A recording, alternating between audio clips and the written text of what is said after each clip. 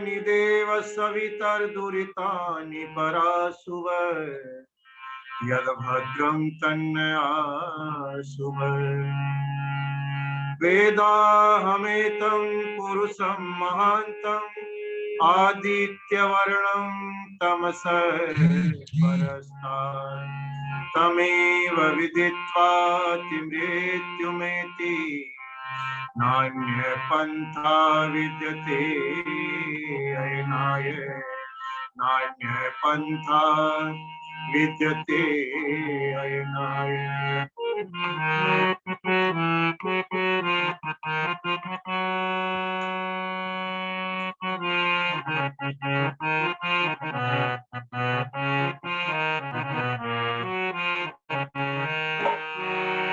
तूने मुझे मालिक सब कुछ दिया है, तूने मुझे मालिक सब कुछ दिया है, तेरा शुक्रिया है, तेरा शुक्रिया है।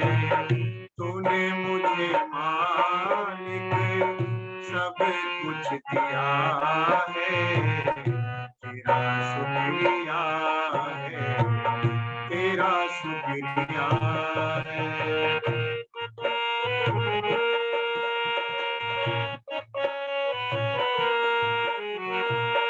ये जायदाद दी है, ये औलाद दी है, ये जायदाद दी है, ये औलाद दी है।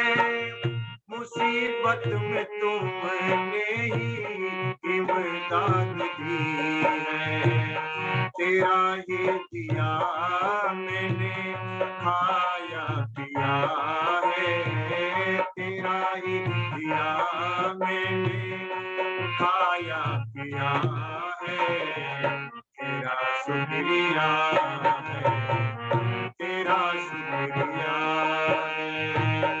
तूने मुझे मालिक सब कुछ दिया है, तेरा शुक्रिया है। न मिलती अगर दी हुई दात तेरी, न मिलती अगर दी हुई दात तेरी, तो क्या थी जमाने में वो कात मेरी। ये बंदा तो तेरे सहारे दिया है, ये बंदा तो तेरे सहारे दिया है, तेरा शुक्रिया है, तेरा शुक्रिया है। तूने मुझे मालिक सब कुछ दिया है,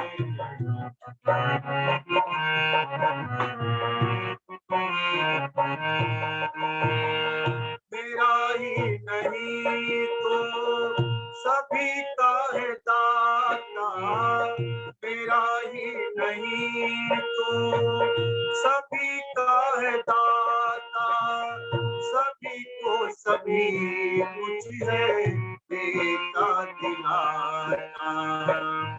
जो खाली भरा मन तूने भर दिया है, जो खाली भरा मन तूने भर दिया है, तेरा शुक्रिया है, तेरा शुक्रिया है।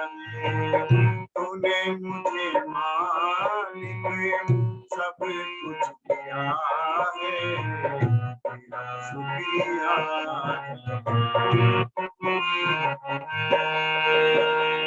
तेरी बंदगी से मैं बंदा हूँ मालिक, तेरी बंदगी से मैं बंदा हूँ मालिक, तेरे ही दया से मैं जिंदा हूँ मालिक, तेरी ही दया से मैं जिंदा हूँ मालिक।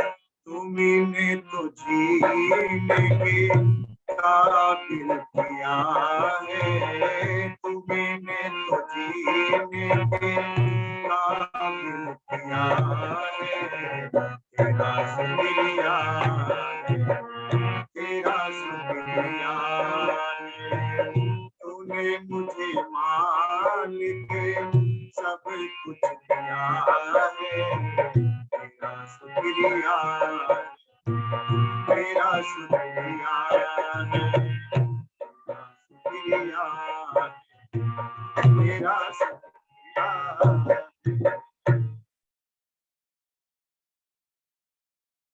उपनिषद कथा के 7वें दिन यानी कि आज इस कथा का समापन और इस अवसर पर उपस्थित आदरणीय आचार्य व्यास नंदन जी, श्रद्धेय सभी धर्म प्रेमी सज्जनों, वंदनीय मातृशक्ति और आदरणीय श्री लखनलाल जी आर्य, पिछले 6 दिनों से हम आपके सामने उपनिषद कथा के माध्यम से, उपनिषदों के विभिन्न आख्यानों के माध्यम से और उपनिषद के ऋषियों ने जो हमें अनमोल रत्न दिए हैं, ज्ञान रूपी जो रत्न दिए हैं, उनके माध्यम से हम आपसे कुछ चर्चा कर रहे थे अलग अलग विषयों को लेकर के।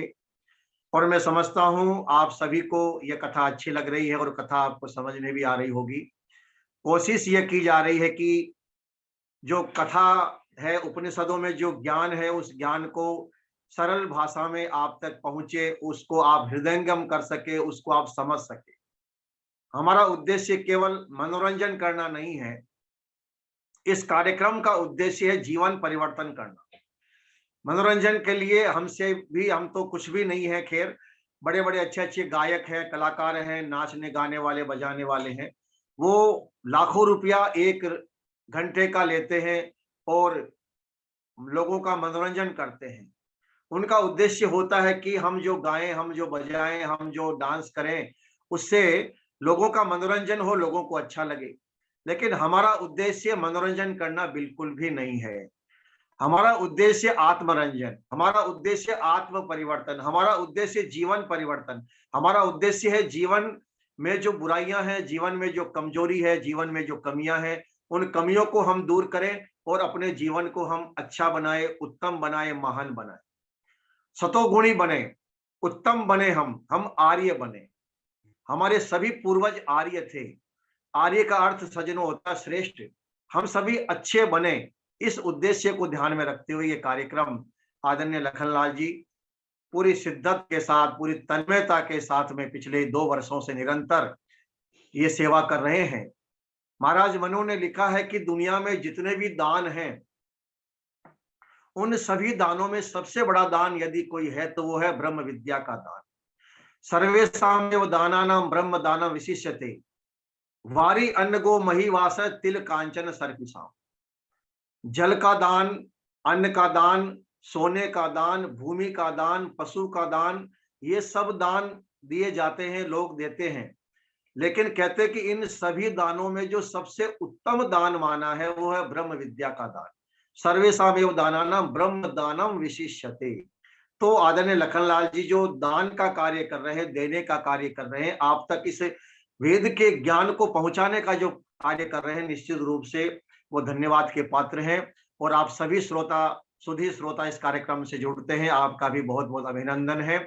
आइए कुछ चर्चा आज मैं आपके सामने करता हूं। उपनिषद हमें क्या शिक्षा देते हैं, उपनिषद हमें क्या प्रेरणा देते हैं। सज्जनों, ये जो मनुष्य बनता है, मनुष्य का जो जीवन बनता है, जीवन का जो निर्माण हमारा होता है, वो होता है विचारों से।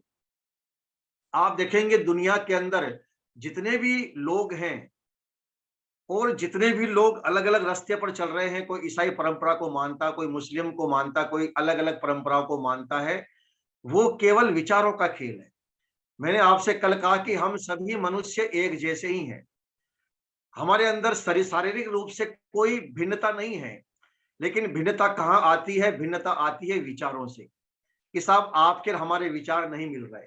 बस वहां व्यक्ति का रास्ता अलग अलग हो जाता है कि साहब आप अलग पार्टी की विचारधारा रखते हैं, हम अलग पार्टी की विचारधारा रखते हैं, या आपकी विचारधारा ये है, मेरी विचारधारा ये है। तो मनुष्य का जो निर्माण होता है, उसका जो जीवन बनता है, वो बनता है विचारों से, संकल्प से। और विचार आते कहां से हैं सज्जनों? विचार आते हैं जैसी वो बातें सुनता है, जैसे लोगों के साथ बैठता है उठता है, जैसी वो किताबें पढ़ता है। ये विचारों का प्राप्त करने का माध्यम है पुस्तकें, सत्संग और मीडिया। ये हमें विचार देते हैं। अब आप देखिए, पिछले इन 60-70 सालों के अंदर एक नैरेटिव जो पूरे देश में सेट किया था, तुष्टीकरण की राजनीति के माध्यम से कहो या एक सांप्रदायिक माध्यम से कहो, कि भारत धर्मनिरपेक्ष है, हम दो हमारे दो, और हम दो हमारे दो का हम पालन करेंगे, और हम धर्मनिरपेक्ष रहेंगे, सभी धर्मों का सम्मान करेंगे। और ये विचारधारा इस प्रकार से हमारे अंदर बैठा दी कि हम तो हम दो और हमारे दो पर ही अटक गए, और दूसरे लोग कहां से कहां पहुंच गए। हम लोग उस विचारधारा में उलझ करके रह गए। हमको लगा कि नहीं भाई, सभी धर्म समार, ईश्वर अल्लाह तेरो नाम, सबको सन्मति दे भगवान। ये मंदिरों में तो आवाज आती है, लेकिन आपने शायद किसी मस्जिद से इस लाइन को नहीं सुना होगा, न आप कभी सुन सकते हैं। भले ही आप कितना भी कहे कि अल्लाह और ईश्वर एक है, लेकिन वो कहेंगे कि नहीं, हमारा अल्लाह अलग है, तुम्हारा अलग है। ये विचारों का खेल है। तो संसार में विचारधारा ही शासन करती है, विचारधारा की ही हुकूमत होती है। तो विचार ही सबसे प्रबल शक्ति है इस दुनिया के अंदर। आपको मैंने बताया था कि धर्म के नाम पर, ईश्वर के नाम पर इस दुनिया में लाखों लाखों लोगों का कत्लेआम हो चुका है। यानी कि एक परमाणु बम तो शायद 1,00,000-2,00,000 लोगों को ही मारेगा, लेकिन एक विचार, यदि एक गलत विचार सेट हो जाए किसी के समूह के अंदर, तो वो विचार कितनी तबाही कर सकता है। पाकिस्तान हमें अलग चाहिए, हम भारत में हिंदुओं के साथ नहीं रह सकते। ये विचार जहां से उत्पन्न हुआ 1930 से, एक कुछ लोगों की मीटिंग हुई, और मोहम्मद इकबाल जिसने कहा था सारे जहां से अच्छा हिंदुस्तान हमारा, उसने इस विचारधारा को आगे बढ़ाया, कहा कि हमें अलग पाकिस्तान चाहिए। और वो कहने लग गया सारे जहां से अच्छा पाकिस्तान हमारा, मुस्लिम हैं हम, वतन है सारा जहां हमारा, हमें पाकिस्तान चाहिए। केवल एक विचार ही तो है ये पाकिस्तान का। और उस पाकिस्तान की विचारधारा चली, 1930 से शुरू हुई, 30 से धीरे धीरे आगे बढ़ती हुई 1940-42 तक आते आते मुस्लिम लीग की स्थापना हो जाती है। और उससे इस विचारधारा को पूरी तरह से प्रस्ताव के रूप में ले लिया जाता है कि हम इसको प्रस्ताव रूप में लेते हैं। और मोहम्मद अली जिन्ना इसके लिए तैयार हो जाता है, पूरे भारत के मुसलमान तैयार हो जाते हैं, एक चुनाव भी होता है, और उसमें मुस्लिम लीग अपने इस विचारधारा से जीत जाती है, और उन्हें एक अलग पाकिस्तान मिल जाता है। क्या समझते हैं आप, कितने लोग मरे होंगे इसमें? सरकारी आंकड़े कहते हैं कि लगभग 10 लाख से ज्यादा लोगों के कत्लेआम इस, जब विभाजन हुआ था, इस विभाजन के समय में हुए थे। 10 लाख लोगों का कत्लेआम, ये तो केवल सरकारी आंकड़ा, इससे ज्यादा भी हो सकता है। और कितने लोग बेघर हुए हैं, कितनी माताओं बहनों के साथ अत्याचार हुआ है, उसकी तो हम कल्पना भी नहीं कर सकते।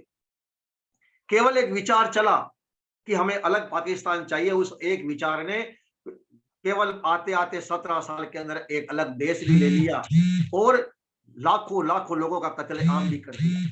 इसलिए विचार इस संसार पर हुकूमत किया करते हैं, विचार ही इस संसार में शासन किया करते हैं। इसलिए वेद क्या है सज्जनों? वेद का अर्थ है विचार, वेद का अर्थ है परमात्मा का विचार। ये परमात्मा की वाणी है, परमात्मा का विचार है। और सौभाग्य हमारा ये है कि हम लोग इस वेद की विचारधारा से अलग हट गए थे। हमारा जो पतन हुआ, उस पतन का मुख्य कारण यही है कि हम लोगों के अंदर जो हमारी जो वास्तविक जो हमारा धर्म था, उस धर्म को हमने छोड़ दिया। क्योंकि महाभारत के युद्ध के बाद में जब इस देश में विद्वान, इस देश के अंदर क्षत्रिय लगभग निष्क्रिय हो गए, समाप्त हो गए, तो जैसे सूर्य अस्त होता तो हम सभी अपने अपने घरों में लाइट, अलग अलग घरों में लाइट जला लेते हैं, और सूर्य उदय होता तो हम सारी लाइटें बंद करते हैं, सभी के घरों में एक समान प्रकाश होता है। तो 3-4 हजार वर्ष पहले पूरी दुनिया में केवल वेद का ही प्रकाश था। सब पूरी दुनिया के लोग वेद की परंपरा को ही मानते थे, वेद के धर्म को ही मानते थे। लेकिन महाभारत के बाद में इस देश का पतन होता गया, वैदिक संस्कृति का पतन होता गया, और उस वैदिक संस्कृति में अनेकों सामाजिक कुरीतियां, बुराइयां आ गई। जैसे हवन, हवन जो होता है, यज्ञ होता है, वो यज्ञ करना प्रत्येक व्यक्ति का धर्म है, प्रत्येक व्यक्ति को प्रतिदिन हवन करना चाहिए। और हमारे यहाँ बड़े बड़े यज्ञों का विधान है, इसमें अश्वमेध यज्ञ का आपने नाम सुना होगा, जब राजा घोड़ा छोड़ता था पूरी दुनिया पर हुकूमत के लिए, तो बड़े बड़े यज्ञों का विधान भी है। लेकिन हुआ क्या, जो मांसाहारी लोग थे, जो तामसिक प्रवृत्ति के लोग थे, उन्होंने उन यज्ञों को तो किया, लेकिन उन यज्ञों में उन्होंने मांस डालना शुरू कर दिया। कहा साहब, लिखा है शास्त्रों में, गोमेद यज्ञ करो, नरमेद यज्ञ करो। तो गोमेद का मतलब है गो को काट करके डालना, नरमेद का मतलब है मनुष्य को मार कर डालना। तो गोमेद और नरमेद का वो वास्तविक अर्थ नहीं समझ पाए कि गो का अर्थ क्या होता है या नरमेद का अर्थ क्या होता है, और उन्होंने अज्ञानतावश आकर के यज्ञ के अंदर पशुओं की हिंसा करना शुरू कर दिया। धीरे धीरे समाज में भी विभिन्नता फैलती गई, हम लोग जातिवाद और छुआछूत में बट गए, हमारे अंदर समाज में जातिवाद फैल गया। और इसका परिणाम ये हुआ, जब महात्मा बुद्ध जब भारत में आए, उन्होंने देखा रे ये क्या हो रहा है, यहाँ तो हवन के अंदर पशुओं की हत्या की जा रही है। पूछा भाई ये क्यों करते हो, कहा साहब ये तो वेद में शास्त्रों में लिखा है। बोले ऐसे शास्त्रों को हम नहीं मानते हैं जिसमें हिंसा की बात लिखी हो और छुआछूत भेदभाव था। उन्होंने आकर के दोनों ही सामाजिक कुरीतियों का विरोध किया। ध्यान रखिएगा आप, धम्मपद और त्रिपिटक आदि ग्रंथों में कहीं पर भी यज्ञ का विरोध नहीं है, कहीं पर भी वेद का विरोध नहीं है, कहीं पर भी ब्राह्मण का विरोध नहीं है। महात्मा बुद्ध वेद का, ब्राह्मण का सम्मान करते थे और कहते थे कि ब्राह्मण वो होता है जो सदाचारी होता है, विद्वान होता है, चरित्रवान होता है। और वेद सारी शिक्षाओं का जो मूल ग्रंथ है, ऐसा महात्मा बुद्ध मानते थे। लेकिन उस समय की जो सामाजिक परिस्थितियां उनके सामने थी, उन्होंने इस यज्ञ का भी विरोध किया और जातिवाद छुआछूत का विरोध किया। धीरे धीरे सज्जनों, समाज में और अनेकों संत महात्मा आए और उन्होंने अपने अपने समय के अनुसार इस मानव जाति को सुधारने के लिए जो प्रयास किए। लेकिन जो वेद का जो ज्ञान था वो हम लोग भूल गए और हम अलग अलग मत पंथों में, मान्यताओं में उलझ करके रह गए। आज भी जो वर्तमान हमारा हिंदू धर्म है, वो इस हिंदू धर्म की जितनी भी मान्यताएं हैं, मैं आपसे दावे के साथ कह सकता हूं 90% से अधिक मान्यताएं जो अभी हम वर्तमान में मान कर चल रहे हैं, वो सारी की सारी 90% मान्यताएं ऐसी है जिनका वेद से कोई संबंध नहीं है। पूरी तरह से अंधविश्वास पर हमारी ये मान्यताएं टिकी हुई है, बहुत सारी परंपराएं। अब एक छोटी सी बात मैं आपसे कहता हूं, गुजरात का एक प्रसिद्ध लोक नृत्य है, उसको कहते हैं गरबा। नवरात्र आते हैं, गुजरात के अंदर गरबा नृत्य होता है। आज से 20-25 साल पहले मुझे ये याद है कि हमारे आसपास गांवों में, कस्बों में गरबा नृत्य नहीं होता था। केवल ये गरबा नृत्य गुजरात में ही होता था, वहां का लोक नृत्य है। लोग उस समय चैत्र के नवरात्रों में गरबा नृत्य करते थे। लेकिन धीरे धीरे क्या हुआ, ये गरबा नृत्य पूरे देश के अंदर फैल गया और इसका परिणाम क्या हो रहा है, इस गरबे के माध्यम से कितनी सारी सामाजिक कुरीतियां सामने आ रही है। ये गरबा, ये कोई धार्मिक आयोजन हमारे किसी ग्रंथ में लिखा हुआ नहीं है। आप कावड़ यात्रा लेकर के आते हैं, ये हमारे किसी वेद में लिखा हुआ नहीं है। बहुत सारी चीजें हैं, मैं आपसे क्या क्या कहूं, ये सारे हमारे ग्रंथों में लिखा हुआ नहीं है। हमारा धर्म इतना सरल है, जिसमें कोई अंधविश्वास, पाखंड का कोई स्थान ही नहीं है। लेकिन हम लोगों ने अपने मूल धर्म को छोड़ दिया और हम अपनी सनातन संस्कृति से हम दूर होते चले गए। और इसका परिणाम है कि जितने जितने हम सनातन संस्कृति से दूर होते जा रहे हैं, उतने उतने सज्जनों हम समाप्त होते जा रहे हैं। 3-4 हजार वर्ष का पहले का इतिहास देख लीजिए। Afghanistan, Iraq, Iran, Pakistan, Verma, Cambodia, Indonesia, Bangladesh, Sri Lanka, चीन, जर्मन, जापानी, सभी देश सनातन परंपरा को मानते थे। अब आप कहेंगे जी प्रूफ बताइए। प्रूफ मैं आपको केवल एक ही दूंगा, ज्यादा नहीं दूंगा, क्योंकि समय का अभाव है, नहीं तो मैं बहुत सारे प्रमाण आपको दे सकता हूं। दुनिया के अंदर जितनी भी भाषाएं बोली जाती है, चाहे वो अरबी हो, फारसी हो, चाहे वो चीनी हो, चाहे जापानी हो, इटली हो या अंग्रेजी भाषा हो, दुनिया के अंदर जितनी भी भाषाएं बोली जाती है, उन सभी भाषाओं में संस्कृत के अनेकों अनेकों शब्द हैं। एक दो नहीं, अनेकों अनेकों सैकड़ों शब्द संस्कृत के हैं। लेकिन संस्कृत के अंदर किसी भी भाषा का एक भी शब्द नहीं है। इसी बात से यह प्रमाणित हो जाता है कि जिन भाषाओं में हमारी भाषा के शब्द हैं, यानी कोई समय था जब वो लोग ये हमारी भाषा यानी संस्कृत भाषा पूरी दुनिया की भाषा थी। तो संस्कृत भाषा मतलब होता सनातन परंपरा, संस्कृत भाषा का मतलब होता वेद की शिक्षा, संस्कृत भाषा का मतलब होता गुरुकुल की शिक्षा। ये सभी पूरी दुनिया में किसी समय में प्रचलित थी, लेकिन धीरे धीरे लोग संस्कृत से दूर हो गए, गुरुकुल पद्धति से दूर होते चले गए। और जैसे जो व्यक्ति गांव का रहने वाला होता, जो पढ़ा लिखा नहीं होता, वो अपनी भाषा में बोलता है, ऐसे लोग जो है उन्होंने अपनी अलग अलग भाषाएं बना ली। तो पूरी दुनिया में भाषाएं जो बोली जाती है, उन सभी भाषाओं में संस्कृत के शब्द क्यों हैं, ये एक सवाल है। अरबी भाषा में सैकड़ों शब्द संस्कृत के हैं, अंग्रेजी के अंदर सैकड़ों शब्द संस्कृत के हैं। तो बहुत सारी भाषाएं, सभी भाषाओं की मैं बात कर रहा हूं, उनमें संस्कृत के शब्द हैं। पहला प्रमाण। दूसरा प्रमाण आप देखिए, जो जैसे हमारे यहाँ हिंदू धर्म के अंदर जब शादी होती है, तो हमारे यहाँ पंडित की साक्षी होती है, यानी पंडित ही शादी करवाता है। पंडित या आचार्य जो होते हैं वही हमारे फेरे मंत्र पढ़ते हैं, वही हमारी शादी करवाते हैं। यही परंपरा ईसाइयों में भी है, उनका पादरी करवाता है। यही परंपरा मुसलमानों में उनका काजी या उनका मौलवी करवाता है। क्यों भाई, तुम कुछ और परंपरा क्यों नहीं लेकर के आए? हमारी परंपरा को आपने अडॉप्ट क्यों कर लिया? तो ऐसी सैकड़ों ऐसे बातें हैं जिनसे, और पूरी दुनिया के अंदर जो पुरानी जो उनके निकलते हैं, स्थापत्य कला के चिन्ह निकलते हैं, कहीं मंदिर निकल रहा है, कहीं कुछ और निकल रहा है। इससे पता लगता है कि पूरी दुनिया में किसी समय वैदिक और सनातन संस्कृति का बोलबाला था। लेकिन सज्जनों, जैसे जैसे हम और आपने अपने धर्म को छोड़ा, धर्म ने हमको छोड़ता हुआ चला गया, और आज हम लोग सिकुड़ते जा रहे हैं। तो आइए इसीलिए हम और आप जागरूक बने, अपनी संस्कृति से जुड़े, अपने धर्म को पहचाने। अपनी संस्कृति को पहचानेंगे तो निश्चित रूप से हम पुनः अपनी प्राचीन वैदिक परंपरा को हम जो है स्थापित कर पाएंगे, और यही हमारा उद्देश्य है।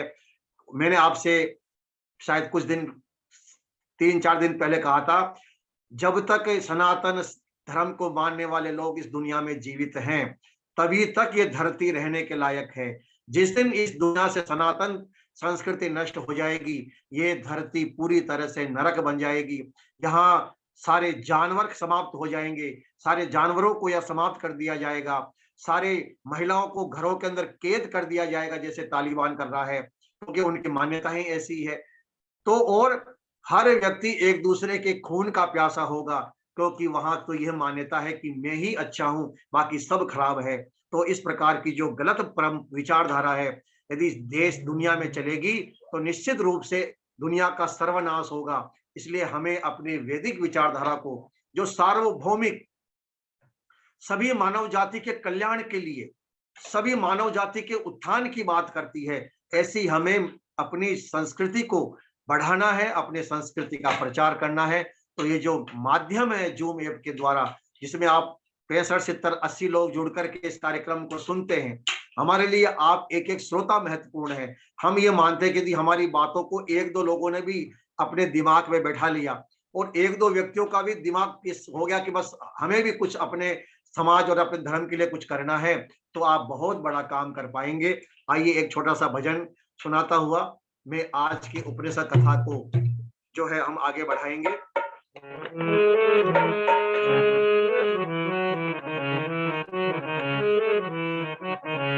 मानव तो है मुसाफिर, दुनिया है धर्मशाला। मानव तो है मुसाफिर, दुनिया है धर्मशाला। संसार क्या है समझा, वो भी अजब निराला।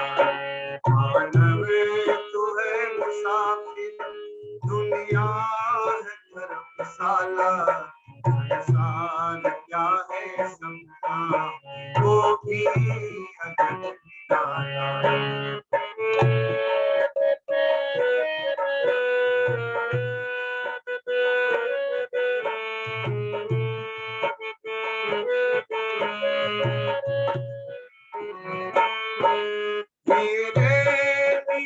बसेरा है किराए का ये डेरा, उसमें फंसा है फेरा, ये तेरा है ये मेरा, तेरे लिए बसेरा है, किराए का ये तेरा, उसमें फंसा है फेरा, ये तेरा है ये मेरा। जिसे को मान बैठा, जिसे को मान बैठा, तू मोतियों की माला, संसार क्या है समझा, वो भी अजब निराला।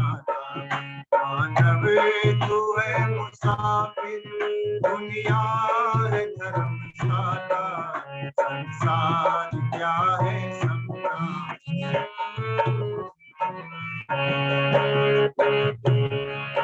जन्मों का पुण्य संचित नर देह तूने पाया, कंचन व कामनी में उसे व्यर्थ ही गवाया। जन्मों का पुण्य संचित नर देह तूने पाया, कंचन व कामनी में इस व्यर्थ ही गवाया। थोड़ी के मोल तूने, थोड़ी के मोल तूने हीरे को बेच डाला, संसार क्या है समझा, वो भी अजब निराला। संसार क्या है समझा, वो भी अजब निराला। मानव तो है मुसाफिर, दुनिया है धर्मशाला, संसार।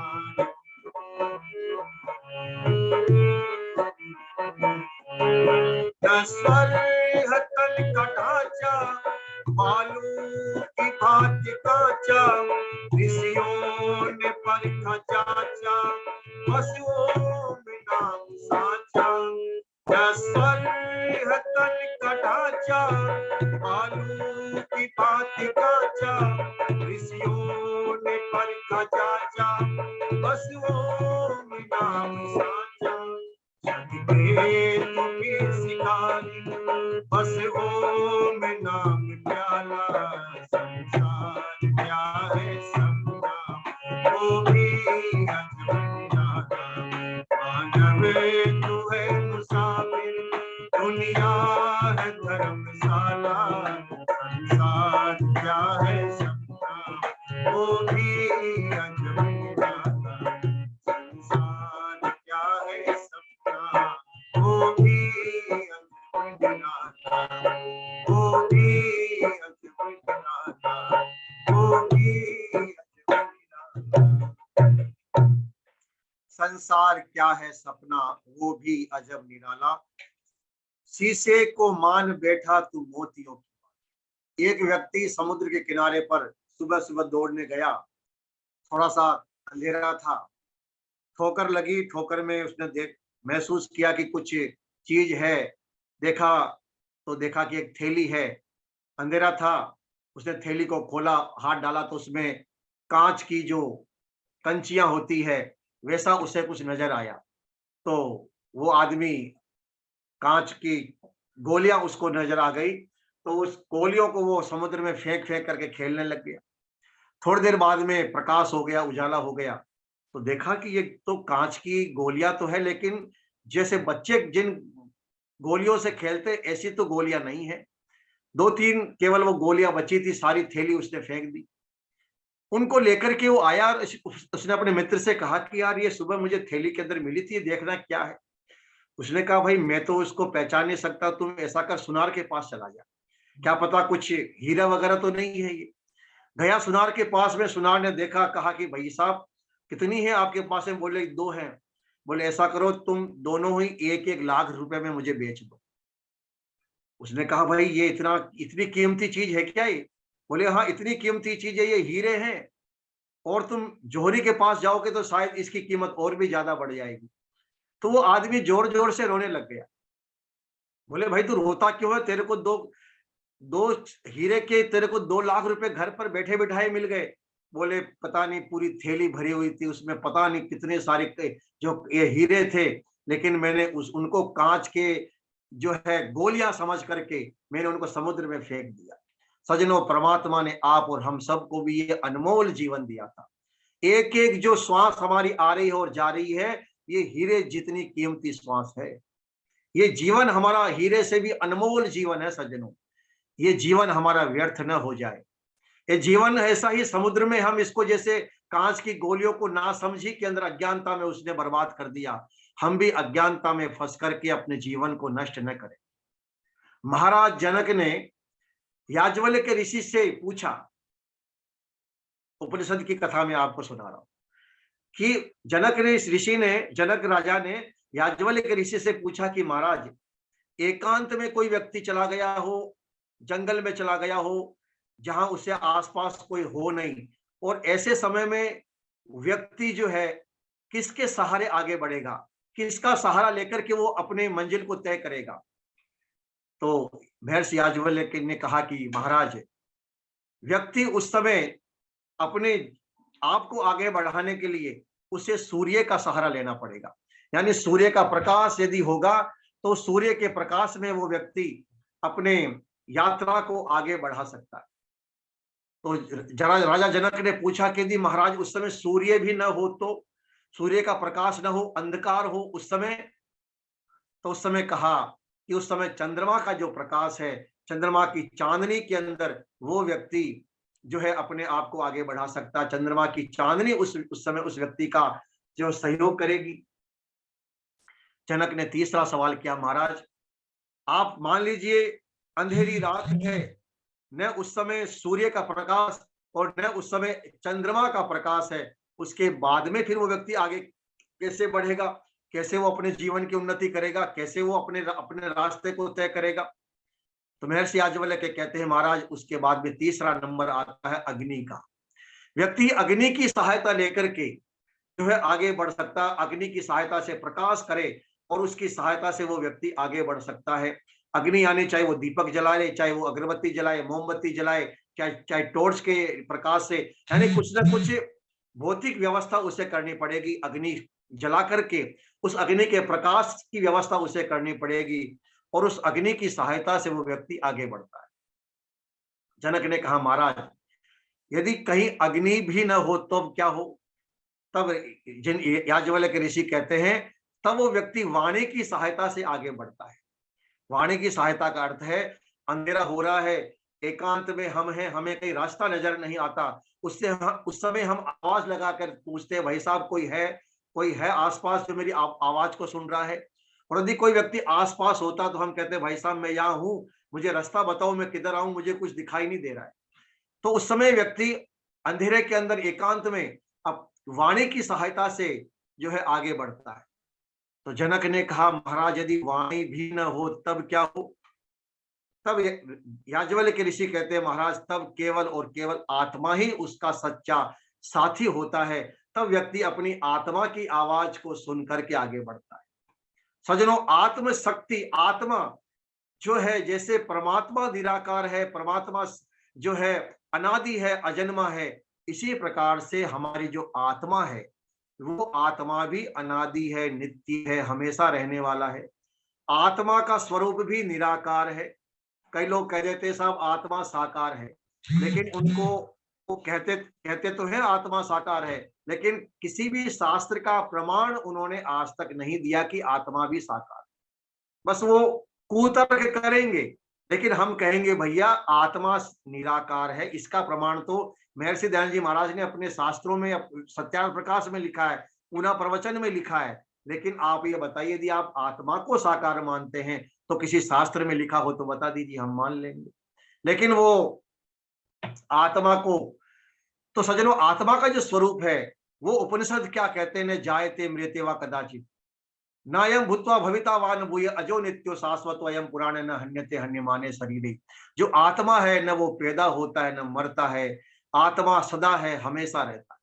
इसलिए हमें आत्मिक उन्नति करने का प्रयास करना चाहिए, आत्मिक शक्ति को बढ़ाने का प्रयास करना चाहिए, क्योंकि ये शरीर तो सबका एक जैसा ही है। आपका हमारा सबका शरीर एक जैसा है। महर्षि दयानंद का, भगत सिंह का, सुभाष चंद्र बोस का, बड़े बड़े संतों, महात्माओं, ऋषि मुनियों का, सबका शरीर वही एक जैसा है। जो उनमें विशेषता थी, जो शक्ति और सामर्थ्य था, वो शक्ति और सामर्थ्य आत्मा का ही शक्ति सामर्थ्य था। उन्होंने अपनी आत्मिक शक्ति का विकास किया और आत्मिक शक्ति का विकास करके वो आगे बढ़े, उन्होंने उन्नति की।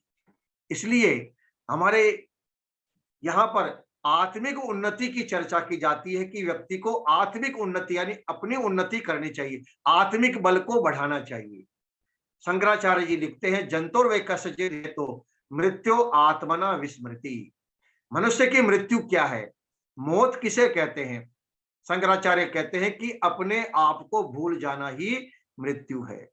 व्यक्ति जब अपने आप को भूल जाता है, अपनी शक्ति को, अपने सामर्थ्य को जब व्यक्ति भूल जाता है, तो कहते हैं कि वही उसकी मृत्यु है। इसलिए महात्मा बुद्ध ने उपदेश दिया था, अपना अंतिम उपदेश आनंद को, अपने शिष्य को। और आज जब उनकी मृत्यु होने वाली थी, आनंद उनके पास में बैठा हुआ था। कहा, गुरुदेव आप इस संसार को छोड़ करके, हमें छोड़ करके जा रहे हैं, अपना कोई अंतिम उपदेश मुझे दीजिए। तो महात्मा बुद्ध ने कहा था, अपदीपो भवे, तुम अपना दीपक स्वयं बनो, तुम आत्मिक उन्नति करो, क्योंकि बिना आत्मिक उन्नति के संसार का हम कुछ भी उपकार नहीं कर सकते, संसार का भला नहीं कर सकते। जब व्यक्ति स्वयं ही कुछ भी नहीं है, तो वो दूसरों की सेवा, दूसरों की उन्नति, दूसरों का भला कैसे कर सकता है? इसलिए कहा, आत्मिक उन्नति करो, अपनी उन्नति करो। सज्जनों, हम अपने आप को भूल चुके हैं। ये जो कार्यक्रम किया जा रहा है, ये कार्यक्रम का उद्देश्य यही है। सांख्य दर्शन में बड़ा एक प्यारा सा सूत्र आता है, राजपुत्रवत तत्वोपदेशा।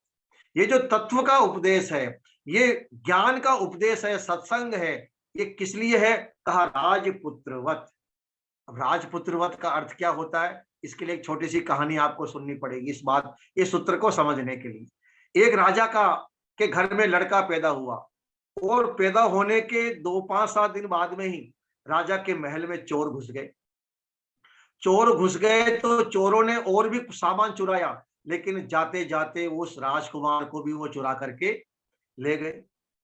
राजकुमार को चुरा करके ले गए, और चोरों ने जाकर के जंगल में रहने वाले जो आदिवासी लोग थे, उन लोगों के बीच में उस राजकुमार को छोड़ दिया। अब राजकुमार, जो राजा का लड़का था, वो आदिवासियों के बीच में ही पलता है, उनके बच्चों के साथ खेलता है, कूदता है, उनके साथ ही रहने लग गया। और वो भूल गया कि मैं राजा का पुत्र हूँ। वो ये समझता था कि मैं भी जैसे ही आदिवासी हैं, मैं भी आदिवासी हूँ, उन्हीं के साथ खाना पीना, रहना करना, उनकी भाषा बोलना, उनके जैसा ही उसने अपने आप को भी आदिवासी ही मान लिया। लेकिन किसी समय में कोई राजा का मंत्री वहां से निकल रहा था। उसने देखा कि 8-10 तो ये बच्चे खेल रहे हैं। इन सभी बच्चों की आकृति, रंग रूप तो एक जैसा है। जैसे आदिवासियों की आकृति होती है, उन सबकी पारिवारिक परिस्थितियों के आधार पर जैसे सबकी शकल सूरत होती है, बोले सबकी शकल तो एक जैसी लग रही है। लेकिन ये लड़का तो बड़ा सुंदर भी है, गोरा भी है, बड़ा हष्ट पुष्ट भी लग रहा है। ये आदिवासी का लड़का नहीं हो सकता। शकल से मालूम पड़ ही जाता कि कौन किस परिवार से हो सकता है। तो उसने कहा कि ये इतने सारे बच्चे तो आदिवासियों के दिखाई दे रहे हैं, इनका रंग से, रूप से, आकृति से, लेकिन ये लड़का तो एक अलग सी, इनसे अलग दिखाई दे रहा है, रंग में भी, आकृति में भी, और कुछ हाव भाव में भी कुछ अलग है। तो उसने ऐसे ही पूछ लिया उनसे कि भाई ये लड़का आपका है क्या, किसका है? तो आदिवासी ने बताने में संकोच किया। तो थोड़ा सा जब उनके साथ सख्त रूप से पेश आया वो मंत्री, तो उन्होंने कहा, साहब कुछ वर्ष पहले चोर यहाँ से जा रहे थे, और उन्होंने इस बच्चे को पता नहीं कहाँ से चुरा करके लाए, और उन्होंने इस बच्चे को यहीं पर छोड़ दिया। तब उस मंत्री को लगा कि रे तो हमारा ही राजकुमार है, जिसको आज से 4-5 साल पहले चोरों ने चुराया था। वापस उस राजकुमार को महल में ले जाया गया, और वहां ले जाने के बाद में जब उसे कपड़े पहनाए, स्नान करवाया, और उसे कहा गया कि आप आदिवासी नहीं हो, आप राजकुमार हो। तो जैसे ही उसे पता लगा कि मैं राजकुमार हूँ, तुरंत बस अपने स्थिति में आ गया वो। फिर उसका हाव भाव बदल गया, उसकी बोलचाल बदल गई, और अपने आप को वो राजा का पुत्र मानता हुआ अपने आप को ऊंचा मानने लग गया कि मैं तो इन सबसे बड़ा हूँ, सबसे ऊंचा हूँ, मैं तो राजा का पुत्र हूँ, और राज आने वाले समय में उत्तराधिकारी हूँ। तो ऐसे ही हर मनुष्य अपने आप को कमजोर मान लेता है। अजय हम कुछ नहीं कर सकते, हम कमजोर हैं, हमारे अंदर वो शक्ति, वो सामर्थ्य नहीं है, हम तो फला जाति के हैं, कमजोर, हमारे माता पिता गरीब हैं, ऐसी हीन भावना हमारे अंदर आ जाती है। क्या क्या हीन भावना आती है? पहली हीन भावना आती है कि हमारे माता पिता या हम गरीब परिवार में पैदा हुए, पहली हीन भावना। दूसरी हीन भावना आती है कि साहब हम तो, हमारी जाति छोटी है, ये हीन भावना आ जाती है। तीसरा आ जाता है साहब हम तो गांव में रहने वाले लोग हैं, हम क्या बड़ा काम कर सकते हैं, तीसरी हीन भावना आ जाती है। चौथी हीन भावना जब अपने से थोड़े से बड़े व्यक्ति को देखता है तो उसको लगता है कि यार मैं क्या कर सकता हूँ, ये यही सब कुछ कर सकते हैं। लेकिन हमारे शास्त्र कहते हैं बली पुरस्कारो ही, जो पुरुषार्थ यदि बलवान है तो बलवान पुरुषार्थ से, पुरुषार्थ के द्वारा, कठोर तप के द्वारा, तपस्या के द्वारा, परिश्रम के द्वारा व्यक्ति अपने कमजोर भाग्य को बदल सकता है। भाग्य हमारा कमजोर था इसलिए हम कमजोर परिवार में पैदा हुए, भाग्य हमारा कमजोर था इसलिए हमें संसाधन नहीं मिले। लेकिन यदि व्यक्ति परिश्रम करे, पुरुषार्थ करे, तो वो अपने आप को ऊंचा उठा सकता है। ऐसे एक दो नहीं बल्कि सैकड़ों सैकड़ों उदाहरण आपको दुनिया में मिल जाएंगे। जो बड़े लोग थे, छोटे परिवार में पैदा हुए, कमजोर माता पिता के घर में पैदा हुए, लेकिन पुरुषार्थ किया, परिश्रम किया और वो कितने महान बन गए। तो राजपुत्रवत तत्वोपदेशा, ये जो ज्ञान है सज्जनों, ये राजा के पुत्र के समान। जो राजा का पुत्र अपने आप को भूल गया था, उसने वापस, उसको ज्ञान हुआ तो वापस उसको पता लगा कि मैं ही राजा हूं। एक महिला, बूढ़ी औरत अपने झोपड़ी में रहती थी, जंगल में झोपड़ी बना रखी थी, वहीं पर रहती थी वो। तो वहीं पर जब रहती थी, एक बार कोई उनसे मिलने आया, शाम का समय था, अंधेरा हो चुका था। उसे व्यक्ति ने पूछा उस बूढ़ी औरत से कि माँ तू इस जंगल में रहती है, तेरे को शेर का, हाथी का, घोड़ों का, दूसरे जो खतरनाक सांप है, दूसरे जो भयानक भयानक जानवर हैं, क्या तुम्हें इनका डर नहीं लगता है? तो बूढ़ी औरत बोली भाई मुझे न तो शेर का डर लगता है, न मुझे किसी का डर नहीं लगता, मुझे तो केवल टपके का डर लगता है। अब ये टपका क्या है? टपका का मतलब उसका कहने का था कि मेरी झोपड़ी जो है ऊपर से छत टूटी हुई है और यदि बरसात आ जाती है तो सारा पानी जो है नीचे आ जाता है, मेरे बिस्तर गीले हो जाते हैं, बर्तन सब खराब हो जाते हैं, कपड़े भीग जाते हैं और मुझे पूरी रात जो है बैठ करके बितानी पड़ती है। बस मुझे तो इस टपके का डर लगता है। तो उस महिला ने इससे पूछा कि तुम्हें डर नहीं लगता? तो उसने कहा मुझे टपके का डर लगता है। तो उसी समय संयोग से एक शेर बुढ़िया की झोपड़ी के पास में आकर के खड़ा हुआ था। अब जैसे ही उस वो शेर आकर के खड़ा हुआ, उसने उन दोनों की बातों को सुना, तो बुढ़िया कह रही थी भाई मुझे किसी का न शेर का डर लगता है, न भालू का डर लगता है, न चीते का डर लगता है, मुझे तो टपके का डर लगता है। तो शेर ने सोचा ये टपका जो है, ये कोई मेरे से भी खतरनाक जानवर है इस जंगल में, ये बुढ़िया तो मेरे से भी नहीं डरती है और टपके से डरती है, इसका मतलब है टपका कोई मेरे से भी भयानक जानवर है। अब उसी समय एक कुम्हार, उसका गधा था, वो गधा कहीं जंगल में आ गया, वापस नहीं आया। तो कुम्हार उस गधे को ढूंढता हुआ उस जंगल में घूम रहा था। अब जैसे ही उस कुम्हार ने उस शेर को झोपड़ी के पास खड़ा हुआ देखा, तो अंधेरा था, उसको पता नहीं था कि ये शेर है। उसने उठाया डंडा और शेर की पीठ पर मारा। बोले रे नालायक, तू यहाँ खड़ा है, मैं तुझे कहाँ का ढूंढ रहा था। जब जोर से डंडा उस शेर की कमर पर लगा तो शेर समझ गया, अरे बुढ़िया जिस टपके के लिए कह रही थी, ये टपका तो आ गया है और आते इसने मुझे मारना शुरू कर दिया। बस दो चार डंडे उस कुम्हार ने मारे, शेर एकदम से चुपचाप खड़ा हो गया। कुम्हार ने उसको जो बांधा और उसको बांध करके लेकर के आ गया, अपने बाड़े में बांध दिया। जब सुबह शेर को पता लगा, तो कुम्हार को पता लगा कि तो शेर कैसे मेरे बाड़े में आ गया, तो डर करके भाग गया। तब शेर को पता लगा कि असली मामला क्या था।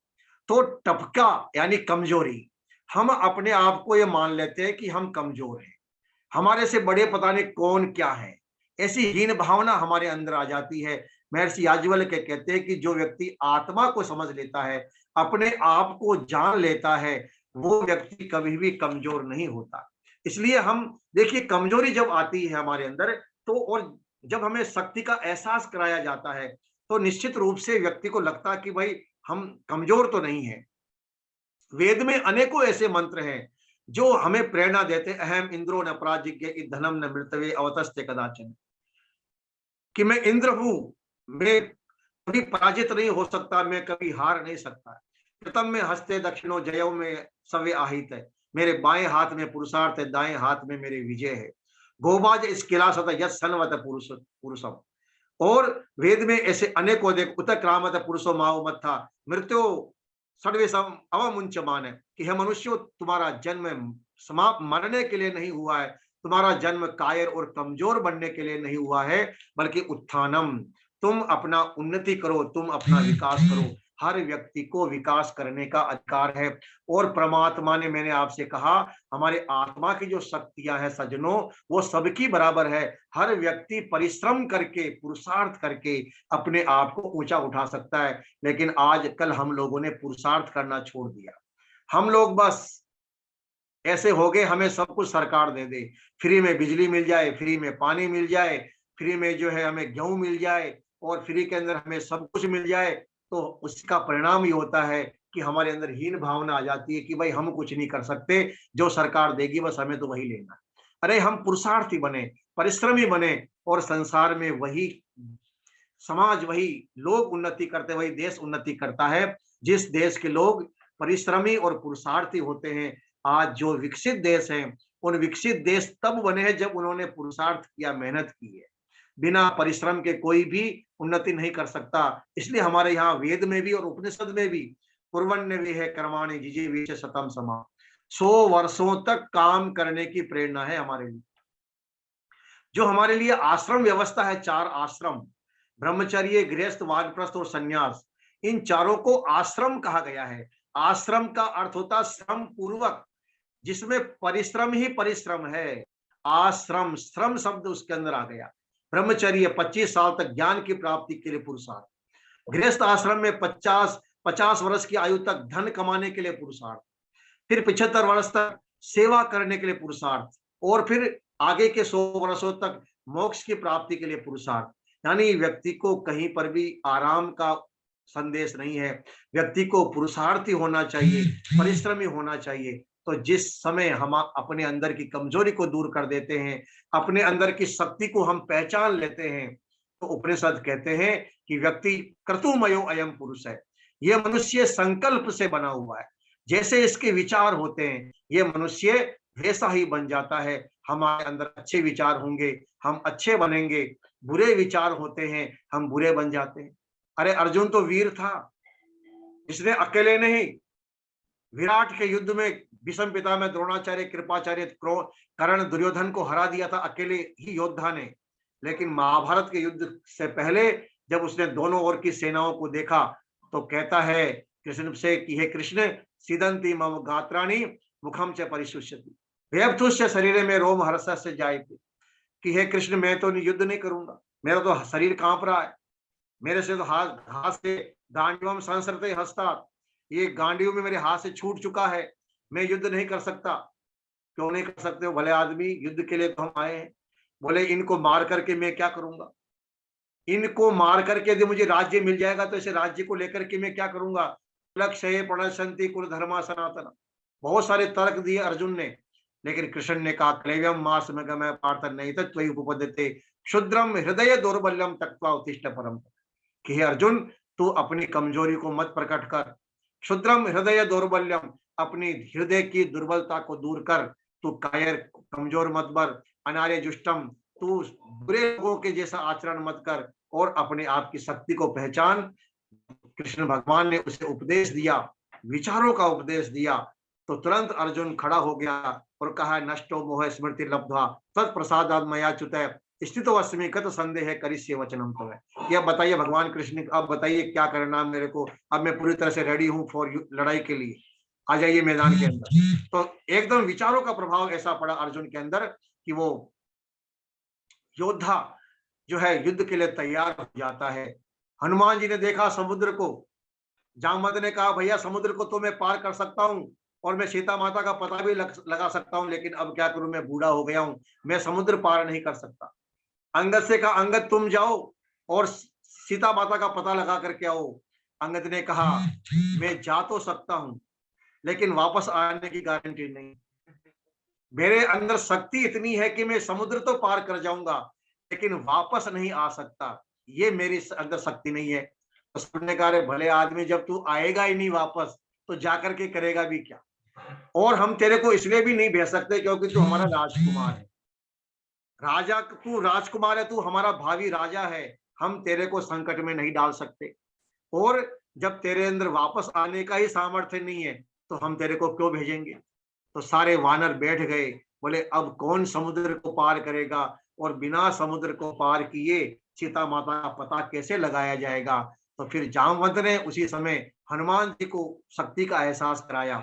हनुमान जी से कहा कि आप बजरंग बली हैं, आपने बचपन में ऐसे महान कार्य किए थे, आपके पिता इतने शक्तिशाली हैं। इस प्रकार से जब हनुमान जी को उनका शक्ति का एहसास कराया तो भय सुनते ही भय वो पर्वताकार, सुना हनुमान जी ने तो पर्वताकार हो गए, यानी अपने आत्मा शक्ति को उन्होंने बढ़ा लिया और बढ़ा करके कितना बड़ा काम कर दिया। तो आप और हम सब के अंदर भी सज्जनों बहुत बड़ी शक्ति है, बहुत बड़ा सामर्थ्य है, लेकिन उस शक्ति और सामर्थ्य को हम लोग भूल जाते हैं, और भूलने के कारण से हम अज्ञान में फंस जाते हैं, अंधविश्वास में फंसे हुए हैं, पाखंडों में फंसे हुए हैं, दुर्व्यसनों में फंसे हुए हैं। शराब, मांस, अंडा, बीड़ी, गुटखा, सिगरेट खा करके तो शरीर को बर्बाद कर रहे हैं। अंधविश्वास में फंस करके अपना समय नष्ट कर रहे हैं, अपना धन बर्बाद कर रहे हैं। इसलिए हमें सच्चे ज्ञान को प्राप्त करना है, अपने जीवन को पुरुषार्थी बना करके हमें उन्नति करनी है। आइए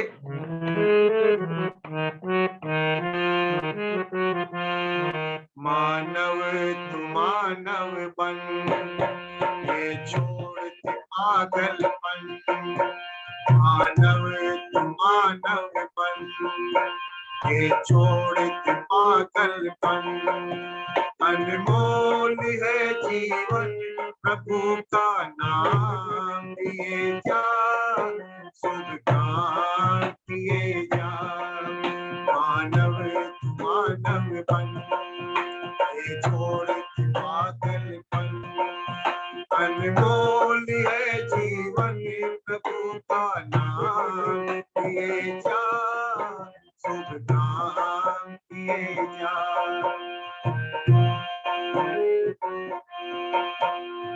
मानव हो कुछ मनन करो क्या करना है। मानव हो कुछ मनन करो क्या करना है। कांटों की राहों में संभल पग धरना है। कांटों की राहों में संभल पग धरना है। दुनिया तो रंगी है, सही पहचान किए जा, शुभ काम किए जा। मानव तू मानव बन, ये छोड़ के पागलपन। अनमोल है जीवन प्रभु का नाम दिए जा, शुभ काम किए जा। गोरे गजनी सा सिकंदर आए थे। गोरे गजनी सा सिकंदर आए थे। लूट मार कर जुल्म यहाँ पर आए थे। लूट मार कर जुल्म यहाँ पर आए थे। दुश्मन की सेना से सदा संग्राम किए जा, शुभ काम किए जा। मानव तू मानव बन, ये छोड़ के पागलपन। अनमोल है जीवन प्रभु का नाम किए जा, शुभ काम किए जा। कितने योद्धा आए यहाँ और चले गए। कितने योद्धा आए यहाँ और चले गए। काल चक्र की चक्की में सब गले गए। काल चक्र की चक्की में सब गले गए। जाएंगे खाली हाथ सदा मैदान किए जा, शुभ काम किए जा। मानव तू मानव बन, ये छोड़ के पागलपन। अनमोल है जीवन प्रभु का नाम दिए जा,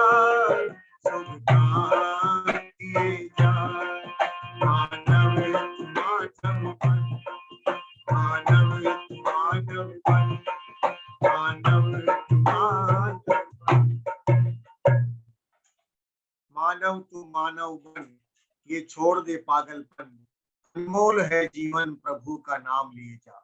सज्जनों, हमारे शास्त्र हम सभी को मानव बनने की प्रेरणा देते हैं कि हे मनुष्यों, तुम मनुष्य बनो, अच्छे इंसान बनो, मनुर्भव, तुम मनुष्य बनो। बाइबल कहती है ईसा मसीह की शरण में आ जाओ, ईसाई बन जाओ।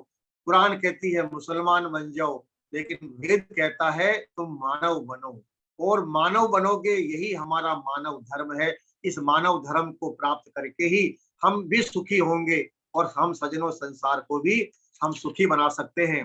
तो हमने 6 दिनों के अंदर आपके बीच में, आज 7वां दिन हो गया है। आदरणीय लखनलाल जी का आदेश था कि हमें, आपने वेद कथा भी करी है, लगभग 10 दिनों की हमने वेद कथा करी, लगभग 1 महीने तक हमने गीता प्रवचन का कार्यक्रम किया, 7 दिन का हमने राम कथा का कार्यक्रम किया। तो फिर भी लखनलाल जी बोले भी और भी कुछ आपको सुनाना है। तो मैंने कहा भाई अब तो उपनिषद ही बच रहे हैं, चलो उपनिषद को भी जोड़ लेते हैं कथा के माध्यम से। तो कुछ भजन और भजन संगीत के साथ में जब कोई बात कही जाती है तो कठिन बात भी सरल लगती है, और श्रोताओं को भी जो है, जैसे भोजन में नमकीन भी है और मिठाई भी है, तो नमकीन खाते खाते थक जाते हैं तो मिठाई खा लेते हैं, मिठाई के बाद नमकीन खा लेते हैं, तो खट्टा मीठा खा लेते हैं, तो भोजन का स्वाद अच्छा हो जाता है। तो संगीत और प्रवचन, संगीत मिठाई है और प्रवचन थोड़ा सा तीखा लगता है, थोड़ा सा भारी भी लगता है। तो बीच बीच में संगीत रूपी मिठाई भी आपको परोस दी हमने। तो संगीत के द्वारा लगभग 1 सवा 1.5 घंटे तक आप सुनते हैं, तो हमारा जो कार्यक्रम है वो, उसमें थोड़ी सा हल्कापन आ जाता, सरलता हो जाती है, और आप सभी को सुनने में भी आनंद आता है। तो संगीत के द्वारा इस 7 दिवसीय उपनिषद कथा को हमने आपके सामने प्रस्तुत किया। उपनिषदों का ज्ञान केवल इतना ही नहीं है जितना आपको बताया गया है, हमने तो कुछ भी नहीं बताया आपको, केवल थोड़ा सा की झलक आपको दिखलाई, ट्रेलर हमने आपको दिखाया, और केवल इस रूप में कि भाई आपको यदि एक बार उपनिषद का पता लगे कि उपनिषद में क्या अच्छी बातें हैं, तो आप स्वयं फिर उपनिषद को पढ़ने का क्या प्रयास करें। अच्छे अच्छे विद्वानों के जो उपनिषदों पर भाष्य हैं उनको आप पढ़ें। लेकिन यदि आप पहली बार पढ़ रहे हैं तो पहली बार ही उपनिषद न पढ़ें, पहले आप छोटा सरल सरल साहित्य, आनंद महात्मा आनंद स्वामी जी की पुस्तकें, एक ही रास्ता, प्रभु भक्ति, गायत्री मंत्र महिमा आदि अनेकों उनके सरल सरल जो उनकी पुस्तकें हैं उनको आप पढ़िए। और भी जो विद्वान है उनकी पुस्तकें आप पढ़िए, सत्यार्थ प्रकाश पढ़िए, धीरे धीरे फिर आपको सारी बातें समझ में आ जाएगी। तो आराम से आप उपनिषद भी पढ़ सकते हैं और वेद भी आप आराम से समझ सकते हैं। तो आदरणीय लखनलाल जी ने मुझे जो 7 दिन का आदेश दिया, मैंने अपनी ओर से पूरा प्रयास किया कि उस आदेश का पालन ठीक ठीक होना चाहिए। आपने वो कार्य किया है जो इतिहास के पन्नों में दर्ज हो गया है। आचार्य भगवत शास्त्री जी, हमारे पंडित बाबूलाल द्विवेदी जी और उनके चिरंजीव नीरज द्विवेदी जी प्रतिदिन 7 दिन लगातार उसको सुनते रहे हैं, और ये कार्यक्रम की हमारी बहुत बड़ी सफलता है। हमारे यहाँ ललितपुर जनपद में अच्छे प्रकांड विद्वानों में गिनती आती है हमारे सम्मानित पंडित बाबूलाल द्विवेदी जी की, और उनका वरद हस्त सदैव हमारे ऊपर बना रहता है और वो जुड़े हुए। और मैं निवेदन, क्योंकि आप लोगों से आज मैं क्षमा चाहूंगा, आज मेरी सच्ची भानगन की शादी है, नीचे शादी चल रही है, ऊपर कार्यक्रम चल रहा है, तो मैं ज्यादा समय नहीं लूंगा, सब लोग नीचे इंतजार कर रहे हैं। तो मैं निवेदन करूंगा पंडित बाबूलाल द्विवेदी जी से सारे लोगों की तरफ से 2 शब्द आप कह दीजिए। प्रमोद कुमार शर्मा जी जो हमारे प्रोफेसर है इलाहाबाद से, वो भी अपना वीडियो खोल करके आ जाए, 2 शब्द कह दें सब लोगों की तरफ से।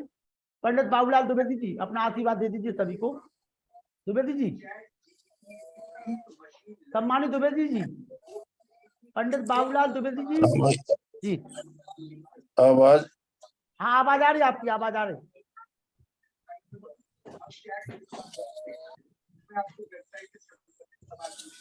प्रोफेसर प्रमोद कुमार शर्मा जी, प्रमोद कुमार शर्मा जी। जी सर, नमस्कार। नमस्ते, आइए 2 शब्द बोलिए जी। मैं वैसे रह गया, मैं सुन नहीं पाया। मैं उससे पहले सुना हूँ आपको, आचार्य भवदेव शास्त्री जी को पहले सुन चुका हूँ कई कार्यक्रमों में, आपके द्वारा ही जो कार्यक्रम कराए गए थे, और आज तो मैं पूरा सुना, मुझे बहुत अच्छा लगा। और जो एक संदेश आपका था कि जो आत्मा है, और दूसरा कि व्यक्ति के अंदर जो इंफीरियरिटी कॉम्प्लेक्स आ जाती है, जो उसके विकास का बाधक है। कोई भी व्यक्ति अगर अच्छा सोचे तो कुछ भी कर सकता है। चलिए धन्यवाद शर्मा जी। और सभी को सूचना दे दूं, कल जो है आचार्य श्रुति शास्त्री जी जयपुर और संस्कारों पे और सुखी ग्रस्त जीवन पर और विवाह पे बहुत अच्छा वक्तव्य आपको 2-4 दिन सुनने को मिलेगा। आचार्य श्रुति शास्त्री को जरूर सुने। पंडित बाबूलाल द्विवेदी जी आ जाइए, मैं शांति पाठ करा रहा हूँ। चलिए वेद प्रकाश शर्मा जी, रेहान वशिष्ठ को बुलाइए, शांति पाठ करिए। आज मैं सभी से क्षमा चाहूंगा, कल मुलाकात करते हैं हम आपसे। ओम द्यौः शान्ति अंतरिक्षगं शान्ति